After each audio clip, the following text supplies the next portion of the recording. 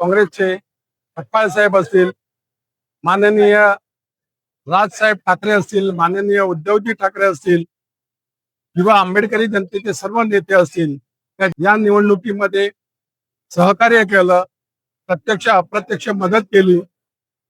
त्याचप्रमाणे स्वर्गीय अजितदादा यांनी विजयानंतर लोकनेते हितेंद्र ठाकूर यांना फोन करून आभार तर मानलेच होते, त्यांनी अभिनंदन देखील केलं होतं, परंतु कुठच्याही निधी कमी पडणार नाही.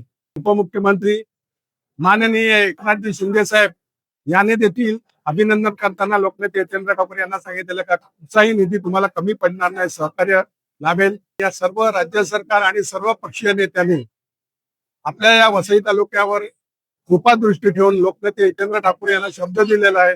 गेले 35 वर्ष त्यांचं असलेलं अन्य पक्षाशी सहकार्य आणि उदार मत, कुठल्याही आमिषाला बळी न पडता सर्वांना, त्या सर्व पक्षीय लोकांना, सर्व सरकारांना ते आजपर्यंत मदत करत आलेली आहे. त्यामुळे त्याच 35 वर्षातलं हे फळ आहे काय, या आपल्याला वसईच्या विकासासाठी, पालघर जिल्ह्याच्या विकासासाठी सर्वांचं सहकार्य मिळणार आहे. आणि हेच लोकनेते हितेंद्र ठाकूर, जो आमदार क्षितिज ठाकूर यांचं खरं म्हणजे हे मेहनत फळाला आलेली आहे.